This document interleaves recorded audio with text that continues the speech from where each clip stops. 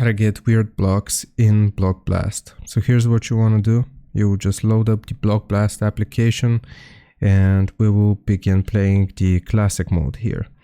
Now once you click on classic, I will just restart here with new blocks, and what you want to do essentially is get weird blocks from the get-go. So I'm going to click on replay here and we have some weird blocks.